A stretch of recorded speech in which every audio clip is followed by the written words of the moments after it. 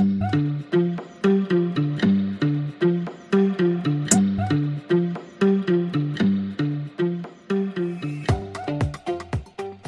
macam biasa. Assalamualaikum warahmatullahi wabarakatuh. Ini cubaan kedua untuk kita buat live pada malam ini. Nampaknya sudah ada gangguan daripada pihak-pihak tertentu yang cukup gusar live saya pada malam ini, yang akan membuat pendedahan lanjut berhubung isu-isu yang berkaitan rapat dengan perolehan tender NICE, iaitu tender integrated, apa dia panggil? NISE, tender National Integrated Immigration System, atau beberapa yang telah pun digariskan, dimaklumkan kepada saya oleh mereka tentang apa yang berlaku dalam proses tender ini.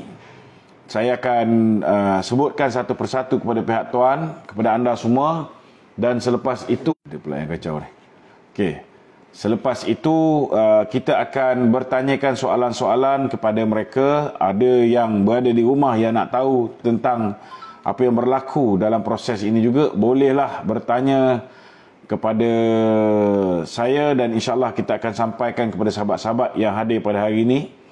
Mereka tidak boleh mendedahkan identiti mereka atas faktor keselamatan, namun insya-Allah segala persoalan-persoalan yang berlega di fikiran tuan-tuan akan cuba kita jawab pada malam ni. Malam ni kita akan ada dua session. Session live saya pada jam 8.30 ini hanya berkisar isu projek NICE yang telah dianugerahkan kepada syarikat yang bernama IRIS, yang kita tahu syarikat ini mempunyai kaitan rapat dengan menantu kepada Tan Sri Muhyiddin Yassin, iaitu Adlan Berhan, Datuk Adlan Berhan. Dan sekitar jam 10.30 nanti kita akan membuat live isu-isu semasa seperti biasa. Jadi pertama sekali tuan-tuan, antara perkara yang dilihat agak mencurigakan, pertama benda yang kita nampak jelas salah, ialah apabila IRIS didapati telah membuat rundingan, telah dikeluarkan dan cepat dia batal balik. Okey, telah dikeluarkan daripada format tender tersebut. Oleh itu terdapat perbezaan harga paparan sebelum SST versus harga award. Sepatutnya harga potegi adalah diserap di dalam harga tender tersebut. Kedua yang kita nampak semasa proses penilaian teknikal sehingga selesai, IRIS didapati adalah sebuah syarikat, bukan Bumiputra.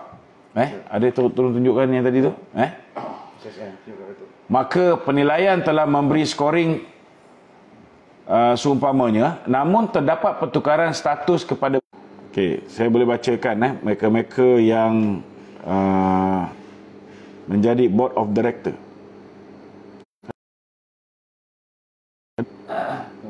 Okey. Cuba keluarkan. Mereka-mereka yang menjadi board of director bukan Bumiputra, tetapi penilaian dibuat menggunakan seolah-olah mereka ini Bumiputra. Untuk makluman tuan-tuan, okey, mereka-mereka yang disenaraikan oleh SSM, kita boleh beli benda ni di SSM. Saya nak beritahu dengan tuan-tuan. Okey. Pada 2 minggu lepas, heboh dikatakan IRIS telah menerima LOI, Letter of Intent, dan perlu memutamatkan skop dan harga tender. Rundingan itu telah dihadiri hanya oleh seorang CEO Bumiputra dan disertai oleh CTO, Chief Technology Officer, CFO, dan dari segi track recordnya, kita sendiri pun tahu bahawa ini bukan kali pertama IRIS diberikan peluang untuk menyertai dan memenangi tender daripada Immigration Integrated System ni. Dan Iris juga mempunyai track record dalam mengurus dan membangunkan sebahagian sistem immigration sedia ada yang menjadi masalah keterisan. Boleh rujuk laporan daripada PAC dan AG. Jadi saya nak beritahu pada malam ni, bersama-sama saya ada beberapa orang sahabat-sahabat yang terlibat dalam apa yang dipanggil sebagai proses tender ni, dan mereka akan sama-sama meluahkan apa yang berlaku sepanjang tempoh tender ini sehingga menyebabkan Iris ini boleh memenangi tender tersebut. Jadi tanpa melengahkan masa, saya nak mintalah sahabat-sahabat untuk kita mulakan dengan pertama sekali. Ramai rakyat nak tahu apa sebenarnya kaitan menantu Tan Sri Muhyiddin Yassin, iaitu Datuk Adlan Berhan dengan Iris ni. Silakan. Okey, Assalamualaikum. Okay. Untuk pengetahuan semua, dikatakan S5 memegang satu solution biometrik. S5 Sistem Sdn Bhd. S5 Sistem Sdn Bhd, sebuah syarikat yang yang kita tahu dikepalai oleh menantu Tan Sri, iaitu Datuk Adlan. Dia berada dalam syarikat ke ataupun dia menguasai syarikat daripada luar? Mungkin dia menguasai dalam syarikat kebelakangan ni. Jadi apa yang kita dapat tahu, Iris menggunakan solution daripada S5. Kita tahu Iris bukan Bumi Putra, tapi beliau masih lagi menggunakan Iris, dan saya pun tak tahu kenapalah. Okey tak? Okey, ada nak tambah? Silakan. Itulah pasal sepanjang proses penilaian. Apa yang nampak tak kena ketika proses penilaian tender? Sebab daripada maklumat yang kami terima, memang penilaian tu dah dibuat, dan macam untuk syarikat-syarikat yang Bumi Putra mempunyai cara pengiraan scoring yang berbeza. Jadi apa beza scoring Bumi Putra dengan scoring non Bumi Putra? Dalam proses penilaian tu sebabkan Bumi Putra ni kita tahu masalah dari segi 5A baru boleh dapat. Ya, Tapi kalau dia Bumi Putra, dia sekolah kampung. Betul. Sekolah kampung 4A 1B pun sebab dia kemudahan tak cukup, pembelajaran dia tak cukup. Kita bagi faham kepada rakyat. Kena faham, betul. Faham kenapa ada perbezaan antara scoring syarikat yang berstatus Bumi Putra dengan syarikat yang bukan berstatus Bumi Putra. Ya, betul tu. Ya. Jadi pada peringkat awal tu penilaian dah dibuat dan didapati untuk syarikat Iris lulus, kriteria dia agak tinggi. Jadi kita dapati dia tak lepas achieve dia punya PAR. Jadi baru-baru ni dapat maklumat bahawa penilaian tu telah ditukar. Jadi syarikat tersebut dah menjadi status Bumi Putra supaya boleh meningkatkan lagi dia punya penilaian tu lah. Dia meningkatkan penilaian Bumi Putra tu, jadi buatkan dia layak dari segi teknikal. Jadi ini kalau dari segi harga tuan-tuan ya. Saudara, kalau kita tengok dari segi harga harga yang Iris masuk ni tuan-tuan bukan harga yang paling rendah tuan-tuan. Harga yang Iris masuk ni nombor 20. Nombor 20. Nampak ni tuan-tuan? Okey, yang ada tanda ni harga yang Iris masuk ni nombor 20 paling rendah. Hanya lebih kurang itu dia tak ikut susunan tu. Tak ikut susunan. Dia tak ikut susunan. Tapi bukan paling rendah lah. Bukan paling rendah lah, sebab ada yang masuk yang bawah 1 bilion. Banyak yang masuk bawah 1 bilion. Bergantung kepada apa yang kita cadangkan. Okey. Kalau nak bergerak ni, nak bagi kereta BMW ke, kereta Proton Saga ke. Okey. Jadi dia ada range of product. Jadi untuk kita nak bagi cadangan, of course kita nak bagi cadangan yang kualiti yang paling baik dan juga teknologi yang terkini. Jadi dia ada range harga yang tinggi dan juga yang rendah. Itu bergantung, itu terpulang kepada pihak KDN untuk buat penilaian. Jadi kita kena buat penilaian secara fair lah. Kalau BMW, harga BMW lah. Kalau kita bagi kereta China, harga China lah. Macam tu. Ramai tak 2 tahun. Kenapa agaknya tender ini mengambil masa yang begitu lama sehingga hampir 2 tahun barulah dapat diputuskan untuk dianugerahkan kepada Iris? Silakan.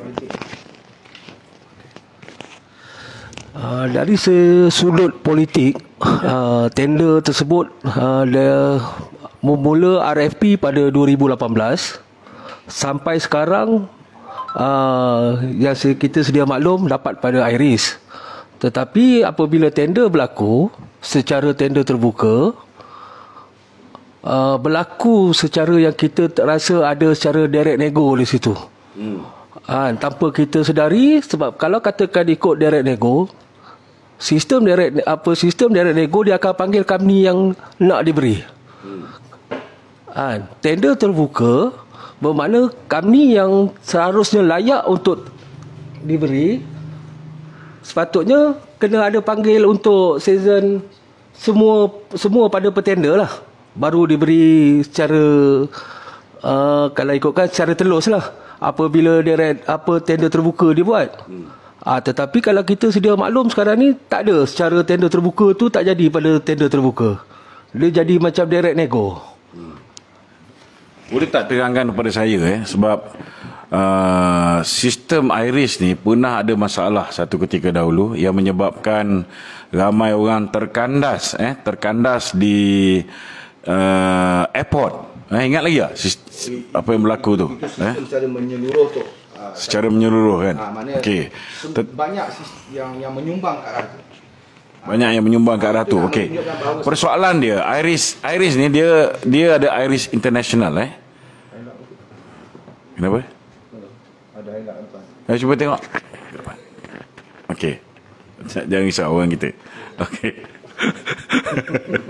Jangan risau, dia orang tak nampak ni. Okey. Apa ni? Dari segi apa dipanggil? Sistem tu memang dah lemah tu daripada dulu. Okey, sistem memang dah lemah daripada dulu. Persoalannya kenapa kita tahu bahawa sistem ni sangat penting untuk kita jaga dia punya sovereignty ataupun kedaulatannya kerana ini sistem immigration. Tak boleh orang luar tahu tentang rahsia negara, rahsia kita rahsia tentang IRIS ini sendiri dia merupakan sebuah syarikat besar yang dia ada international punya apa ni corporation dan IRIS Malaysia ni hanyalah sebahagian daripada IRIS International. Bukankah ini akan menyebabkan maklumat-maklumat immigration dalaman kita akan terdedah kepada pihak antarabangsa? Banyak sistem failure. Jadi dah dilaporkan, benda tu dah public information. Jadi banyak syarikat yang terlibat dengan sistem tu. Walaupun gagal berulang kali tetapi still dia berikan peluang kepada orang-orang yang dulu bangun lah. Dia salah satu daripada pembangun sistem yang sebelum ni lah. Betul lah tu. Bukan dia seorang tapi ramai lagi yang sebelum ni. Okey, ada apa-apa nak tambah? Itulah minta siasatan di jalan. Itu okey, silakan. Sebelum berakhir ni saya merayulah kepada pihak SPRM supaya kalau boleh meminta membuka kertas siasatan terhadap Kementerian Dalam Negeri daripada tata cara perolehan tender daripada mula masih diberi peluang lagi untuk mengapply sistem kedaulatan negara kita ni. Jadi saya mohon kepada semualah, termasuklah siapa-siapa yang dalam Malaysia ni, mohonlah kan kita jaga kedaulatan negara kita. InsyaAllah. Jadi itu dia tuan-tuan, kita tengok puak-puak Muhyiddin ni pun kepanasan. Sampaikan live pada malam ni saya cuba buat di peringkat di atas diganggu. Kita turun ke bawah pun sekejap hidup, sekejap mati, sekejap sangkut, sekejap tak sangkut, sekejap ada suara, sekejap tak ada suara. Jadi kesimpulannya saudara hari ini kan, zaman sains dan teknologi ni kita nak ingatkan kepada Tan Sri Muhyiddin, dia buatlah darurat ke PKP ke, akhirnya apa saja kerja yang dia buat di Putrajaya, apa saja projek yang dia agihkan kepada anak dia, kepada menantu dia, kepada rakan-rakan dalam kabinet dia, tak kiralah Mak Zafrul ke, sepupu Zafrul ke, akhirnya semua maklumat ini akan keluar. Dan kita tidak akan berhenti daripada mendedahkan penyelewengan yang mereka lakukan. Kerana hari ini mereka menggunakan darurat untuk mengambil kesempatan memberikan projek kepada kroni-kroni dan anak-anak mereka. Dan hari ini rakyat terpaksa menderita berhadapan dengan PKP, berhadapan dengan masalah kesulitan mencari rezeki apabila mereka menyekat pergerakan kita. Itu sebabnya saudara, percayalah, kita berdoalah ramai-ramai semoga dalam mesyuarat Kebawah Duli Raja-Raja Melayu yang akan datang, maka Kebawah Duli Raja-Raja Melayu akan menarik